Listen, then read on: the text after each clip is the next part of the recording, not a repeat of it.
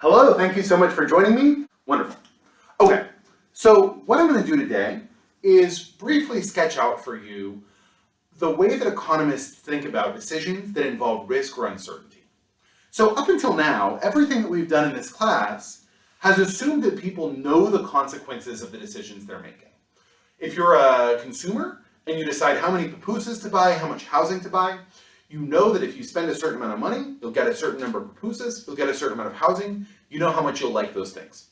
If you're a producer, we have assumed that you know what your costs are, right? You know the price at which you're going to be able to sell your output. So you're able to make a best decision, right, without any lack of information, without having to take any risks. Of course, in the real world, this isn't true for most of our really important decisions. As a consumer, right, or you as an individual student, when you made the decision to come to Occidental College rather than to go to college somewhere else, a lot of the most important determinants of whether that was a good decision or not were unknown to you. You didn't know who your freshman roommate was going to be. You didn't know whether the professors were going to be very good, right? You didn't know what exact classes you would want to take. You might not even have known what major you would be interested in pursuing. So at some level, you had to weigh the costs and benefits of, you had to make educated guesses about what you were likely to get at Occidental versus what you were likely to get at some competing college. And this is true of all sorts of important consumer decisions, right? If you decide which city to move to, you decide which job to take, if we think about you as a supplier of labor. If we think about your decision to buy a car or buy a house, all of these are decisions where you might not know all of the pertinent information when you're making those choices. And of course, this is true for producers as well. If I decide to start a restaurant, I have to make a guess, right? I'm uncertain about the amount of demand that my restaurant's going to face over time. I don't know whether people are going to like the food. I don't know if there's going to be a global pandemic, and I have to make a decision that accounts for those sorts of risks, right? Regardless of what I'm producing, I might not know whether a competitor is going to enter the space, whether technology is going to end up making my product more or less valuable. I have to make decisions accounting for all of those risks. So the first thing we're going to do today is build a framework to think about how people ought to think about those sorts of decisions, right? Come up with a framework where we can take our ideas of utility maximization and optimization into risky problems. Once we've done that, we're going to think a little bit about markets where people trade risk with each other. In other words, with insurance markets. And we'll think about how those markets are affected by information asymmetry and moral hazard, which really comes down to how those markets are affected by violations of our welfare theorems. So let's start out with an incredibly simple, risky decision that you might have to make. Let's say that as a prize for watching an optional lecture video, I give you a choice of two options, right? You can get two prizes. Option A is that I give you $1, and option B is that I give you, I'll flip a coin, right? If the coin lands on heads, I'll give you $3. And if the coin lands on tails, I'll give you nothing at all, right? I'll give you $0. So think about what you want to choose, right? Make your decision. It's tails. None of you get any money. So most of you probably chose option B. It's okay if you chose option A, right? Everyone's allowed to make their own decisions. But most people when offered this choice might think that $3 half of the time is better than $1 all of the time. And there's a certain logic to this, right? Because you'd say on average, if you were offered this a whole bunch of times, right, the average amount of money you make from option B is higher than the average amount of money you make in option A, right? As a result, you might say B should be better than A. And this is a thing that we can formalize a little bit. What we can say is we can say that the expected number of dollars in B is greater than A. What do we mean by the expected number of dollars? Essentially just the average of all the things that might happen, right? It's the expected value of some X, right? Some choice X is just going to be the probability of each possibility happening times the value of that possibility, right? So P1 times X1 plus P2 times X2 plus P3 times X3, so on and so forth for all of the possible outcomes of our risky bet, right? So in this case, we would say the expected value of A is is just, there's a 50% chance you get heads, 0.5 times 1, 50% chance you get tails, 0.5 times 1 is just 1. Expected value of b, 0.5 times 3, right? 50% chance of heads, plus 0.5 times 0, right? Which is going to be 1.5. So it's reasonable for us to say, right, on average, you'll make $1.50 in option B versus $1 in option A. So clearly, right, option B is the better choice. Cool. Great. Super straightforward. Now I'm going to make a tiny, tiny tweak to these two options. A really insignificant tweak. Right? It's not going to change any of the math I just did at all. Now I'm going to say, instead of giving you $1 for sure, I'll offer you $1 million. Right? And instead of giving you $3 if you get heads, in option B I'll give you $3 million.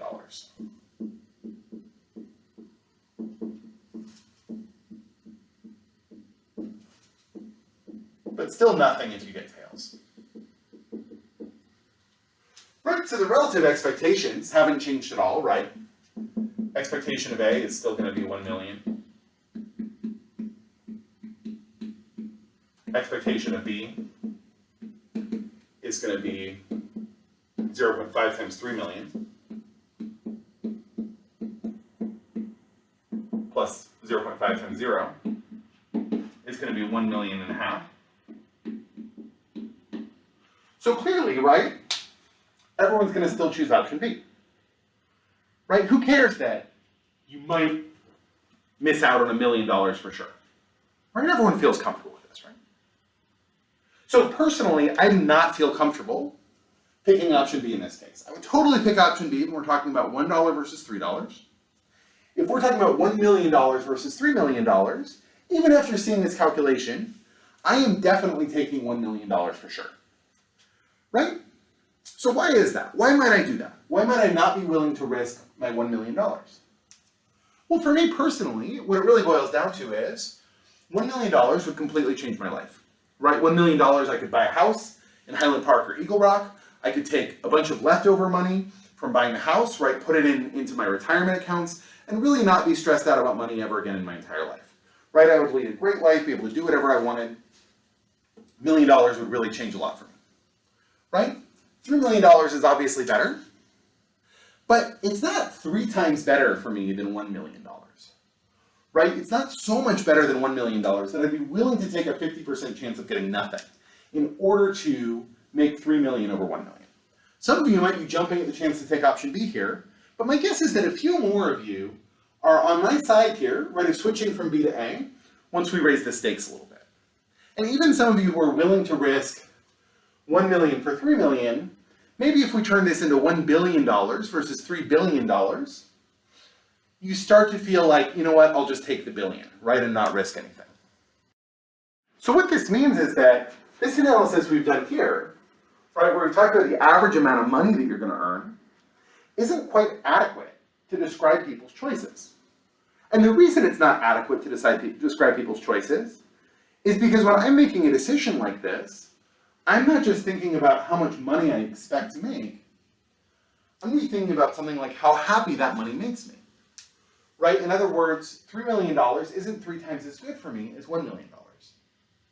So maybe the way we have to think about this, right, instead of thinking about expected number of dollars, is to think about this in terms of preferences. Right? In order to say, there isn't an objective right answer, right? Everyone chooses the option with the most money. Depends on what I care about. So if I wanted to express this in terms of preferences, right, using all the tools that we've already worked through in this class, how could I do that?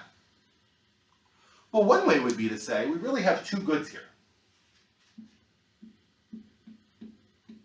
Right? One good is the money that I make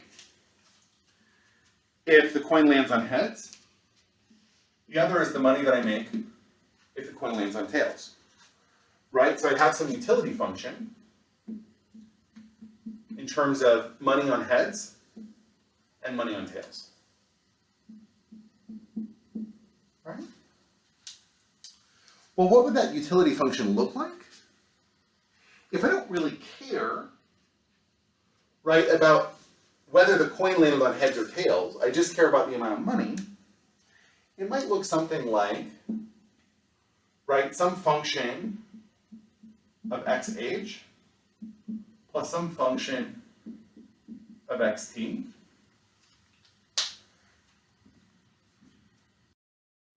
Okay, so what's this utility function going to look like? Well, to think about this, let's make a couple of assumptions. So the first thing I want to assume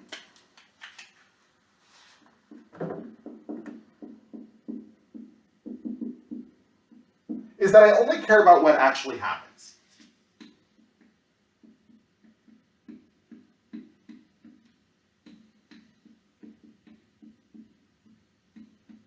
Right? In other words, when I'm making this decision before the coin is tossed, I'm imagining myself after the coin is tossed, either with xh dollars or xt dollars, and the person I'm imagining after the coin is tossed doesn't really care about the process to getting the money, right? All they care about is how much they have. So if I walk away with $3 million, I'm going to be as happy as $3 million makes me. If I walk away with $0, I'm not going to spend the rest of my life kicking myself because I could have made $1 million, right?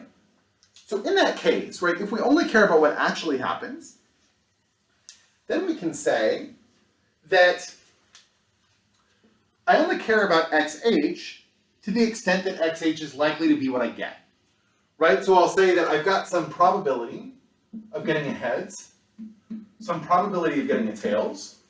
The more likely a heads is, the more I value xh. The more likely a tails is, the more I value xt, right?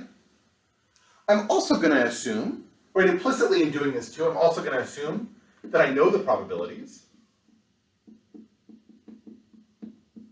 right? I know my probabilities. Then the last thing that I'm going to assume, which in this case is very reasonable, is that the value I get from xh and xt doesn't depend on whether heads or tails are flipped. We call this non-state dependent utility. All it really means, right, is again, what I care about is the number of dollars I walk away with in my pocket.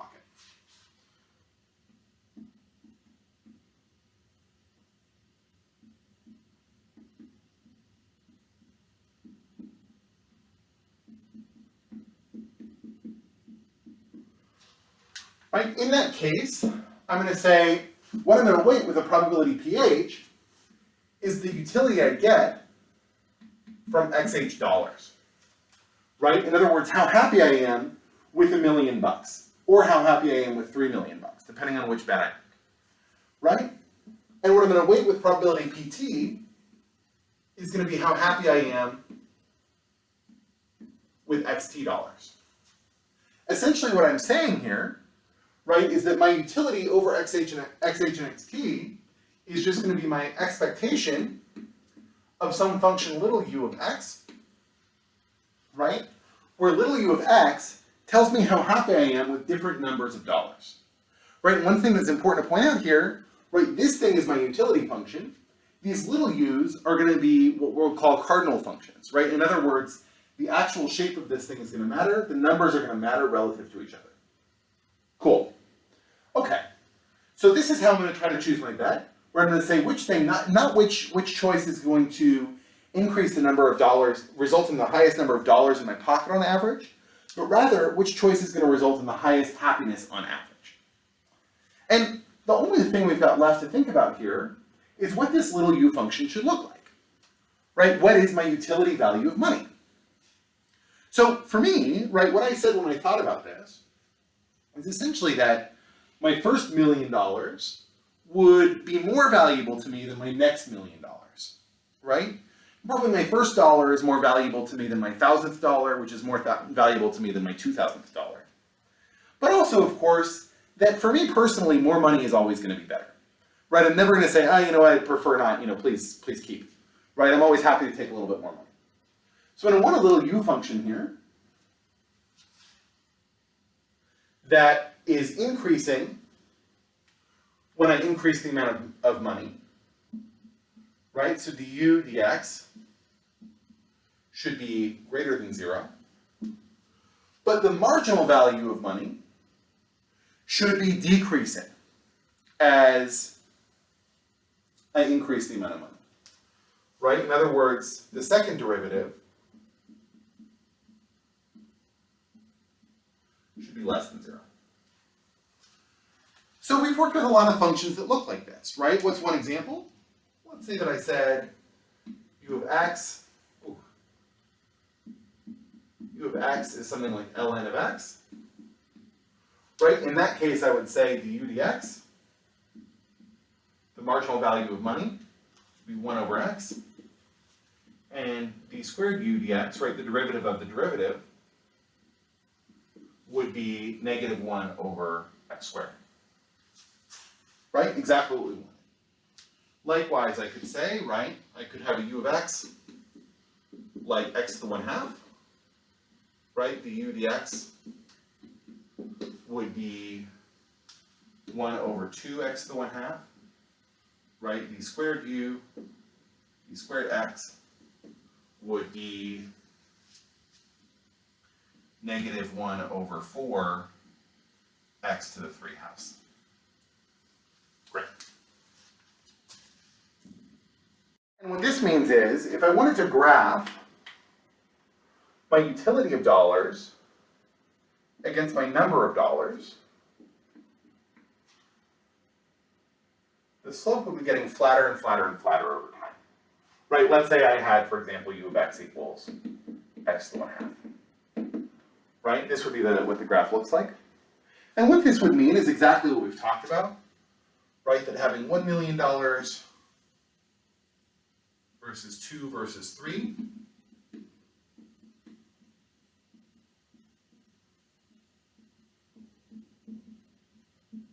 right, that having $1 million is not 1/3 as good as having $3 million, it's a lot more than 1/3 times as good. Right, essentially the value of an extra dollar is going to be the slope of this curve. It's going to be decreasing as I increase the number of dollars that I have. Cool. And in this case, right, with this utility function, u of x equals x to the 1/2, it can make perfect sense for me to take $1 million for sure, rather than taking $3 million with a probability of 1/2, right, because the expectation of A is going to be 1 million to the 1/2, right, 1 million times 1, which is going to be 10,000. No, I'm sorry, 1,000. Right? Whereas the expectation of B is going to be 1/2 times 3 million to the 1/2, right? Which is going to be 1,000 root 3, or about 866. Right? So in this case, with these preferences, it would make sense for me to choose option A over choosing option B. Cool. Last thing left to think about, right, is if these are my preferences, if the reason that I'm not willing to risk 1 million to make 3 million, why wouldn't this be exactly the same story, right, if I was choosing between $1 and a 50% chance at $3? Well, one possibility here, I think a very likely possibility, is that if I'm choosing between $1 or $3, the rest of my assets matter a lot, right? In other words, it's not just the $1 prize that I've got in my pocket, right? It's not just that $1 prize that you've got in your pocket. You might have other assets or other expected assets that matter a lot in this story, right? So if I already had, let's say, $10,000, then the marginal utility of $10,001 is going to be very, very, very close to the marginal utility of $10,003, right? So for small amounts of money, I'm going to make decisions that look a lot like just maximizing the total number of dollars in my pocket. So as a result, right, if we think about these sorts of choices, we think about why some people might choose option A, some people might choose option B, there's really two things to consider. One thing to consider, right, is that maybe people have different preferences. So maybe I have preferences like u of x equals x to the 1/2, but you have preferences that are something like u of x equals x to the 9/10, right? So your preferences are going to look much closer to just being a straight line, right? And as a result, for you,